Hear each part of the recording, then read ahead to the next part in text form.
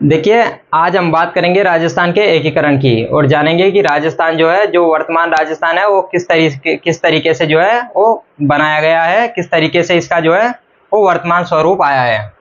तो जैसे बात करें एकीकरण की, तो पहले ये जान लेते हैं कि राजस्थान में जो है वो कौन कौन सी रियासतें और कौन कौन से ठिकाने तथा कितने ठिकाने जो है वो राजस्थान में मिलाए गए थे। तो जैसे बात करें आज़ादी के समय जो है वो राजस्थान में 19 रियासतें थी।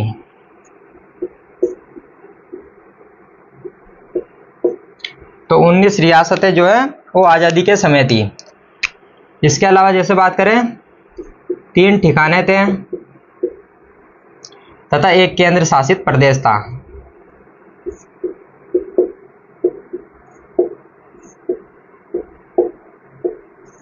आज़ादी के समय जो है वो राजस्थान में 19 रियासतें, 3 ठिकाने तथा एक केंद्र शासित प्रदेश था। इन सबको मिलाकर जो है वो एक भूभाग बनाया गया है, जिसे हम वर्तमान में जो है वो राजस्थान के नाम से जानते हैं। तो जैसे बात करें 3 ठिकानों की कि 3 ठिकाने जो है वो कौन कौन से थे। जैसे बात करें एक ठिकाना था लावा। लावा ठिकाना जो है वो टोंक से जो है अलग किया गया था, अंग्रेजों के द्वारा अलग किया गया था। एक ठिकाना था कुशलगढ़ और एक ठिकाना था नीमराणा। ये 3 ठिकाने थे जो कि राजस्थान में मिलाए गए थे, लावा, कुशलगढ़ तथा नीमराणा। नीमराणा जो है वो अलवर से जो है अलग किया गया था, कुशलगढ़ बांसवाड़ा से अलग किया गया था तथा जो लावा है वो टोंक रियासत से जो है अंग्रेजों के द्वारा अलग किया गया था। जैसे बात करें लावा की, तो लावा ठिकाने में जो है वो कछुआओं की एक शाखा जो है नरुका शाखा का यहाँ पर जो है वो शासन था। कछुआओं की एक शाखा होती है नरुका, तो यहाँ पर जो है वो लावा ठिकाने में नरुका शाखा का जो है शासन था। बात करें नीमराणा की, तो नीमराणा में जो है वो चौहान वंश का शासन था। और कुशलगढ़ की बात करें तो यहाँ पर जो है वो राठौड़ वंश का जो है वो शासन था। तो ये भी कभी कभी जो है वो पूछा जा सकता है। जैसे एक बार बिजोलिया के बारे में पूछ लिया था कि बिजोलिया में जो है वो किस वंश का शासन था, तो वहाँ पर जो है हम परमार वंश पढ़ते हैं। जैसे बात करें ठिकानों की, तो जैसे ये कोई रियासत है, इस रियासत में जो है वो अलग अलग जो है ठिकाने होते थे छोटे बड़े।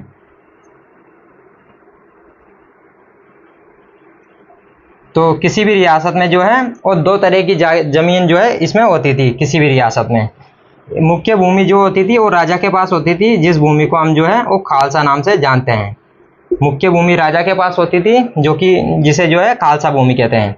और बाकी जो है छोटे छोटे ये ठिकाने होते थे, जिसे जागीर भी कह सकते हैं। ये मुख्य भूमि राजा के पास होती थी, जो कि खालसा कहलाती थी, और बाकी जो राजा के जो छोटे भाई होते थे, रिश्तेदार होते थे, उनको जो है राजा जो है उनको छोटी छोटी कुछ जो है जमीन दे देते थे। राजा जो है उनको अपने कुछ जो है जमीनें दे देते थे, तो उनको जो है वो ठिकाने या जागीर उनको कहते थे, क्योंकि यहाँ पर जो है वो जागीरदार रहते थे। अब जैसे बात करें राजस्थान के एकीकरण की जो है कुछ, जैसे केंद्र शासित प्रदेश की बात करें तो यहाँ पर जो है राजस्थान के एकीकरण में एक केंद्र शासित प्रदेश था, अजमेर मेरवाड़ा। तो ये जो है ये एक प्रमुख केंद्र शासित प्रदेश था, अजमेर मेरवाड़ा। जैसे रियासतों की बात करें तो रियासतें जो है ये 19 रियासतें थी। रियासतें यहाँ पर जो केंद्र शासित प्रदेश है, यहाँ पर अंग्रेजों का जो है वो डायरेक्ट शासन था, और रियासतों में जो है वो राजा शासन किया करते थे। जैसे बात करते हैं रियासती सचिवालय की,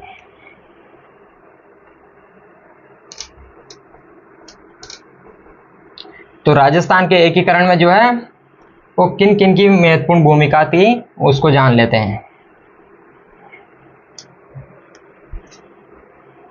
जैसे 5 जुलाई 1947 को जो है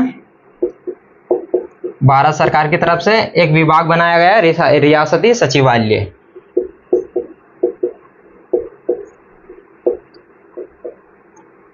रियासती सचिवालय भी कह सकते हैं या रियासती विभाग भी कह सकते हैं। तो 5 जुलाई 1947 को जो है वो भारत सरकार की तरफ से रियासती सचिवालय की स्थापना की गई। इसके जो अध्यक्ष थे वो थे सरदार वल्लभ भाई पटेल।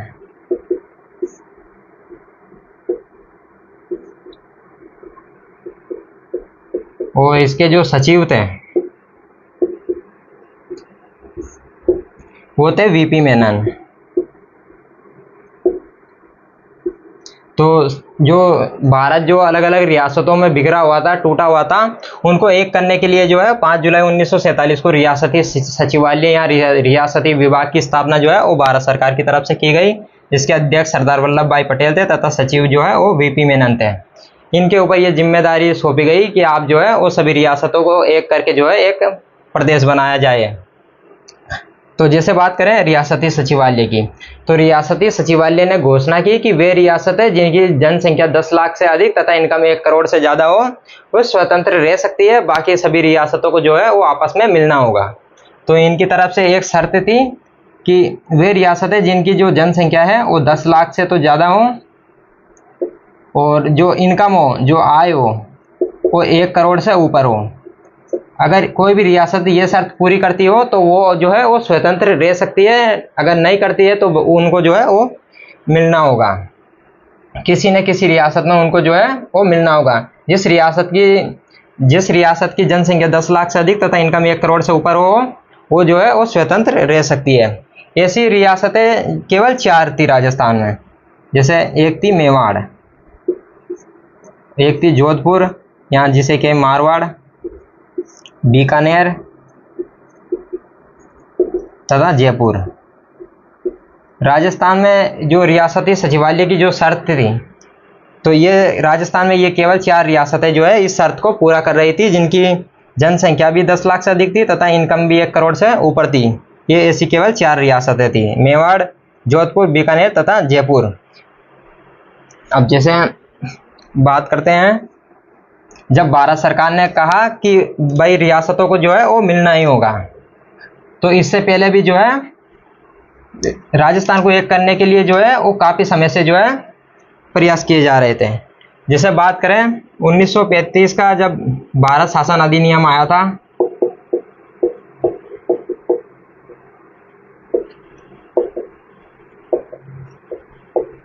हम इसे जब आगे पढ़ेंगे आधुनिक भारत का इतिहास में तो हम देखेंगे कि 1935 में जो है वो भारत शासन अधिनियम पारित किया जाता है। तो जैसे बात करें भारत शासन अधिनियम, इसमें इन्होंने कहा था कि ब्रिटिश इंडिया, उस समय भारत जो है वो 2 भागों में बटा हुआ था। जैसे एक तरफ थे ब्रिटिश इंडिया,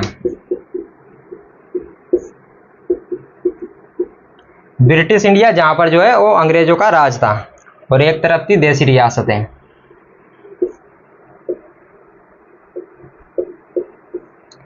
तो 1935 का जो अधिनियम आया था तो उन्होंने कहा था कि ब्रिटिश इंडिया तथा देशी रियासतों को जो है इनको आपस में मिला देना चाहिए और एक अलग संघ बनाया जाना चाहिए, अखिल भारतीय संघ।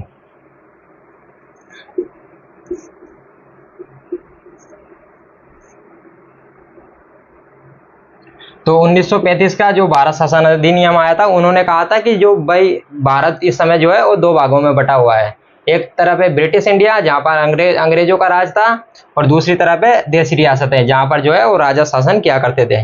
तो इनको जो है अलग अलग नहीं रखना चाहिए, इनको आपस में जो है वो मिलाकर एक नया जो है प्रांत बनाया जाना चाहिए, अखिल भारतीय संघ। लेकिन ये जो है अंग्रेजों ने कहा कि हम इसमें जो है वो जबरदस्ती नहीं करेंगे। उन्होंने राजाओं के ऊपर छोड़ दिया था कि राजा चाहे तो मिल सकते हैं और नहीं चाहे तो जो है वो नहीं मिल सकते हैं। तो राजाओं ने जो है वो इसमें जो है कोई भी इंटरेस्ट नहीं दिखाया था, और राजाओं की अरुचि के कारण ये जो है ये फेल हो गया था, ये अखिल भारतीय संघ जो है वो नहीं बन पाया था। इसके बाद जैसे भारत में एक गवर्नर जनरल थे लॉर्ड लिथगो, उनके प्रयास भी जो है वो फलीभूत नहीं हो पाए। उसके बाद क्रिप्स मिशन आया, तो क्रिप्स मिशन जो भी उन्होंने भी जो है वो भी सफल नहीं हो पाए। लेकिन जब कैबिनेट मिशन आया,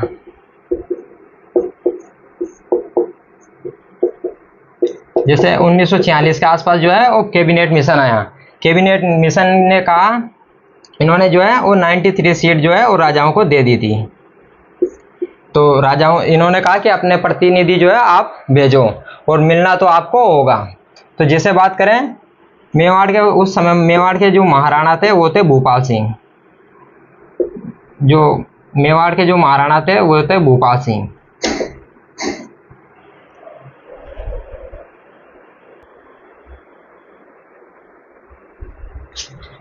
तो मेवाड़ महाराणा भूपाल सिंह ने जो है उन्होंने सोचा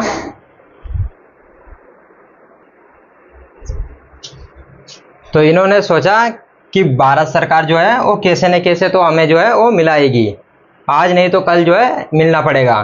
तो भूपाल सिंह ने जो है वो 3 जगह के राजाओं को जो है बुलाया,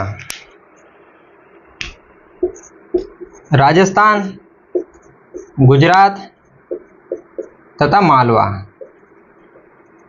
और इनसे महाराणा भूपाल सिंह ने इनसे कहा कि हमें जो है वो आपस में जो है वो मर्ज कर देना चाहिए और एक नया संघ जो है हमें तीनों को एक नया संघ जो है वो बनाना चाहिए, राजस्थान यूनियन संघ के नाम से।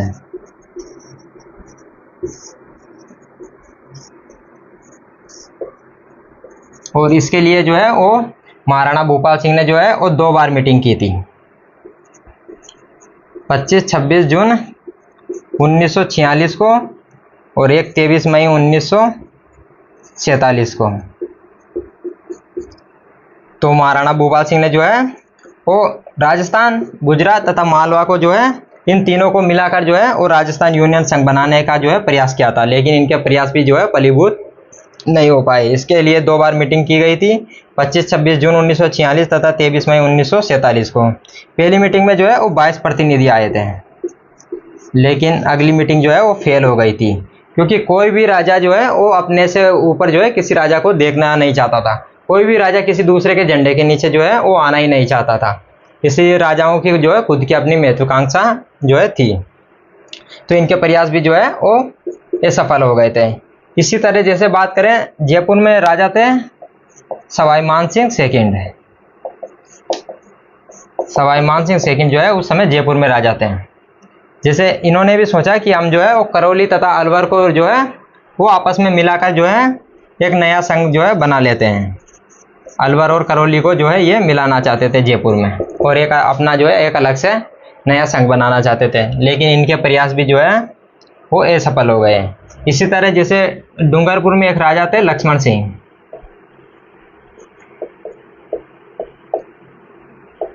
तो डूंगरपुर के राजा जो है वो लक्ष्मण सिंह थे, और ये जो है लक्ष्मण सिंह जो है उन्होंने कहा कि डूंगरपुर, बांसवाड़ा तथा प्रतापगढ़ को मिलाकर जो है हम एक वागड़ संघ बना लेते हैं।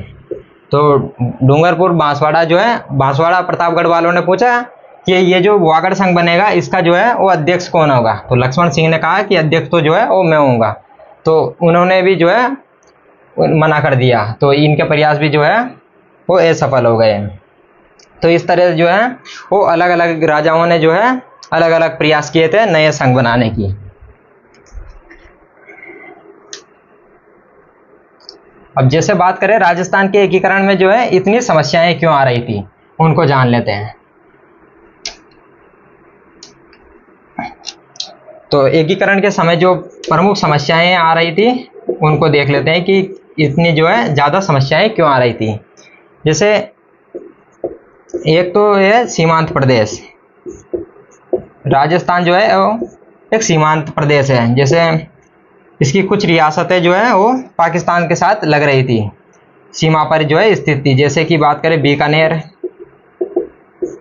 जैसलमेर तथा जोधपुर, ये कुछ ऐसी रियासतें थी जो कि सीमांत प्रदेश थे, पाकिस्तान की इनसे जो है बॉर्डर लगती थी। तो ये दिक्कत थी। एक थे यहाँ पर जो है वो सांप्रदायिक दंगे जो है वो शुरू हो गए थे।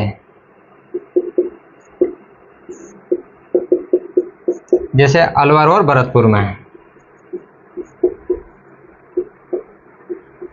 तो यहाँ पर जो है वो सांप्रदायिक दंगे भी शुरू हो गए थे अलवर और भरतपुर में। और अलवर का जो राजा था तेज सिंह तथा इनका प्रधानमंत्री वीएन खरे, इनका तो महात्मा गांधी के जो मर्डर केस है उसमें भी आ गया था और इनको गिरफ्तार कर लिया गया था।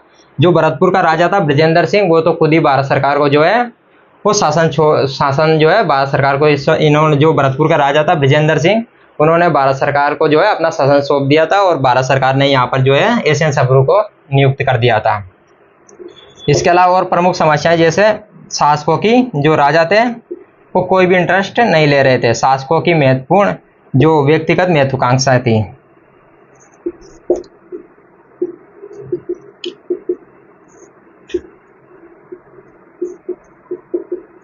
शासकों की व्यक्तिगत जो है महत्वाकांक्षा थी। कोई भी राजा अपने से जो है ऊपर किसी राजा को नहीं देखना चाहता था, कोई भी राजा अपने जो है दूसरे के झंडे के नीचे आने को तैयार ही नहीं था।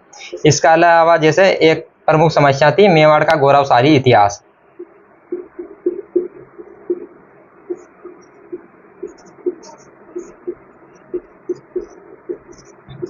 भाई मेवाड़ वालों ने कहा कि बप्पा रावल ने जो है वो 734 ईस्वी में जो है वो गुइल वंश की जो है स्थापना कर दी थी। तो उन्होंने कहा कि कल के ये जो दो नए प्रांत बन रहे हैं भारत और पाकिस्तान के नाम के, इनमें जो है हम विलय नहीं करेंगे, मेवाड़ को जो है इसमें विलय नहीं करेंगे। तो भारत सरकार सोच रही थी अगर मेवाड़ को शामिल कर लिया जाए तो बाकी रियासतें जो है वो अपने आप आ जाएगी। तो मेवाड़ का गौरवशाली इतिहास भी इसमें जो है महत्वपूर्ण समस्याएं इसमें उत्पन्न हो रही थी। तो ये प्रमुख समस्याएं थी। लेकिन भारत सरकार ने जो है साम दाम दंड भेद करके जो है वो राजस्थान को एक किया गया। तो वो देख लेते हैं कि किस तरीके से जो है वो एक किया था। जैसे अलवर में जो है अलवर भरतपुर में सांप्रदायिक दंगे जो है वो शुरू हो गए थे और भारत सरकार ने जो है वो अलवर तथा भरतपुर पर जो है वो पहले ही नियंत्रण स्थापित कर लिया था। जैसे जो अलवर के जो राजा थे तेज सिंह, उनका महात्मा गांधी के मर्डर केस में जो है उनका नाम आ गया था और उनके प्रधानमंत्री जो है वीएन करे, दोनों को गिरफ्तार कर लिया गया था। लेकिन बाद में सुप्रीम कोर्ट ने जो है उनको रिहा कर दिया था। तो जैसे बात करें पहले चरण की,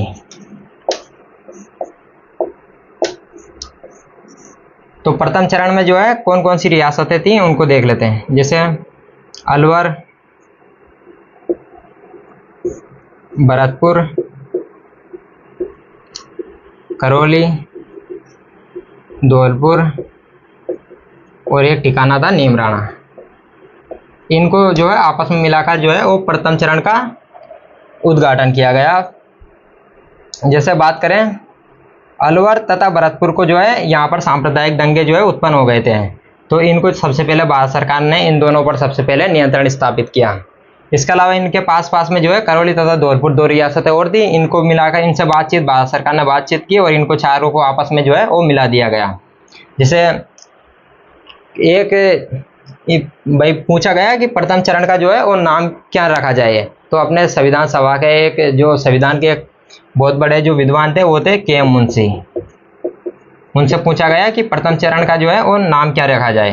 तो के.एम. मुंशी जो है कन्हैयालाल माणिक्यलाल मुंशी इनका पूरा नाम है। इन्होंने कहा कि ये जो क्षेत्र था, ये अलवर भरतपुर वाला जो क्षेत्र है, ये महाभारत काल में जो है तो मत्स्य जनपद के नाम से जाना जाता था। तो के.एम. मुंशी ने कहा इन जो प्रथम चरण है उसका नाम जो है वो मत्स्य संघ रख दो। तो के.एम. मुंशी के कहने पर जो है वो प्रथम चरण का नाम मत्स्य संघ किया गया।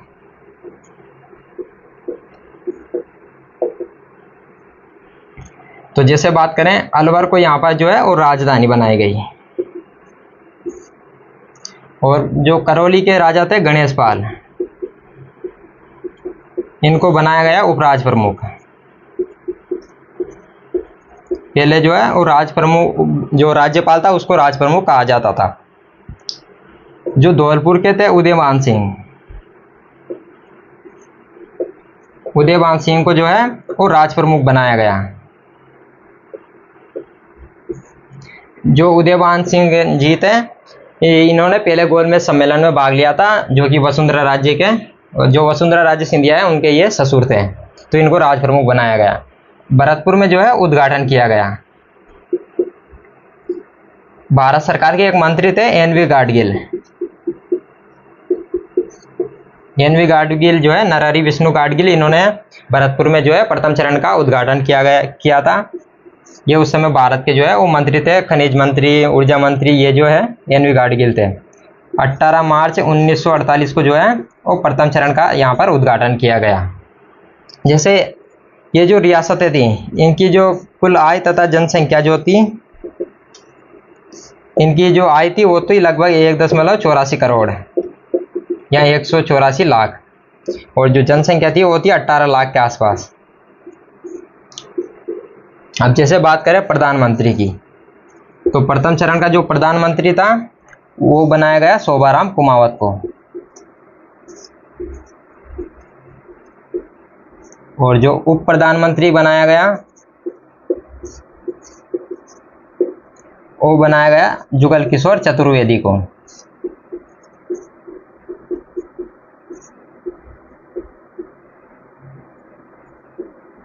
जो कि भरतपुर के थे, जिसे हम राजस्थान का नेहरू भी कहते हैं।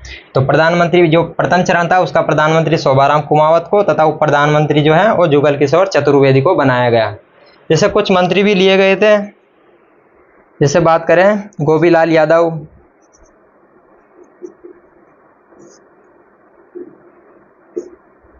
चिरंजी लाल शर्मा,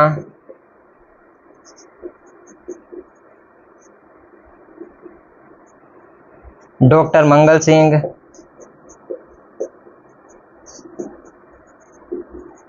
इसके अलावा जैसे मास्टर भोलानाथ, ये कुछ जो है प्रथम चरण में कुछ मंत्री भी जो है बनाए गए थे। तो ये जो है ये प्रथम चरण था। जैसे एक के मुंशी के बारे में एक बहुत अच्छी बात है, उसको भी जो है समझ लेते हैं।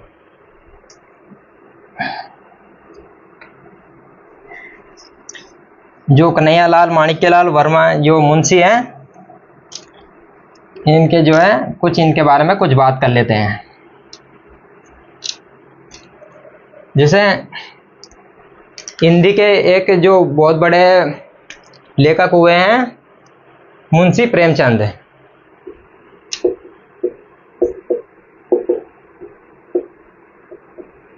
तो हिंदी के जो है वो बहुत बड़े कवि हुए हैं मुंशी प्रेमचंद। तो ये जो प्रेमचंद है, ये प्रेमचंद के आगे जो मुंशी है वो प्रेमचंद के आगे जो है वो इनके आगे जो है मुंशी नहीं है। ये जो कन्हैयालाल माणिक्यलाल मुंशी है, ये इस मुंशी के जो पीछे वाला मुंशी है वो यहीं पर थे। जैसे बात करें एक मैगजीन आया करती थी, हंस नाम की मैगजीन। तो हंस नाम की जो एक मैगजीन आया करती थी वो दो जने जो है मिलकर निकालते थे, कन्हैयालाल माणिक्यलाल मुंशी तथा मुंशी जो प्रेमचंद है, ये दोनों मिलकर जो है वो हंस नाम की एक मैगजीन निकाला करते थे। तो संपादक लिखने होते थे, तो संपादक इसके जो है वो दो थे, तो उनमें जो है वो संपादक का नाम लिखते थे इस मैगजीन के ऊपर। तो कन्हैयालाल माणिक्यलाल मुंशी का जो नाम है वो है बड़ा, तो मुंशी ने कहा कि मेरा तो जो है वो पीछे पीछे का नाम लिख दो। तो हंस मैगजीन के संपादक जो है वो मुंशी जी हैं तथा प्रेमचंद जी है। तो ये दोनों जो है हंस नाम की मैगजीन निकाला करते थे और संपादक का नाम लिखते थे मुंशी तथा कोमा प्रेमचंद। धीरे धीरे कन्हैयालाल माणिक्यलाल मुंशी जो है वो संविधान की तरफ जो है वो चले गए और धीरे धीरे यहाँ से जो है ये कोमा हट गया और आपस में ये नाम मिल गया मुंशी और प्रेमचंद, ये जो है आपस में मिल गए। तो मुंशी प्रेमचंद जो है वो दो अलग अलग जो है व्यक्ति थे, कन्हैयालाल माणिक्यलाल मुंशी तथा प्रेमचंद, ये दोनों जो है हंस नाम की मैगजीन निकाला करते थे। जैसे वर्तमान में भी ये जो हंस नाम की मैगजीन है ये आती थी। कालांतर में जो प्रेमचंद है उनकी आर्थिक स्थिति खराब हो गई थी और बाद में इस हंस मैगजीन को जो है वो राजेंद्र जो है निकाला करते थे। राजस्थान में एक जो बेहतरीन लेखिका हुई है मनु भंडारी। तो मनु भंडारी जो है वो इनके पति है राजेंद्र यादव, इनका पूरा नाम जो है वो राजेंद्र यादव है। ये राजस्थान की बेहतरीन लेखिका मनु भंडारी के जो है वो पति थे। बाद में जो है अभी वर्तमान में इनकी जो राजेंद्र यादव की जो बेटी है रचना यादव, वो हंस नाम की मैगजीन को जो है वो निकाला करती है। आज भी जो है ये हंस नाम की मैगजीन आती है, कहानियों कविताओं के रूप में जो है ये आज भी आती है। तो ये राजस्थान के एकीकरण का जो है वो प्रथम चरण था। अगली वीडियो में हम जो है राजस्थान के दूसरे चरण की बात करेंगे।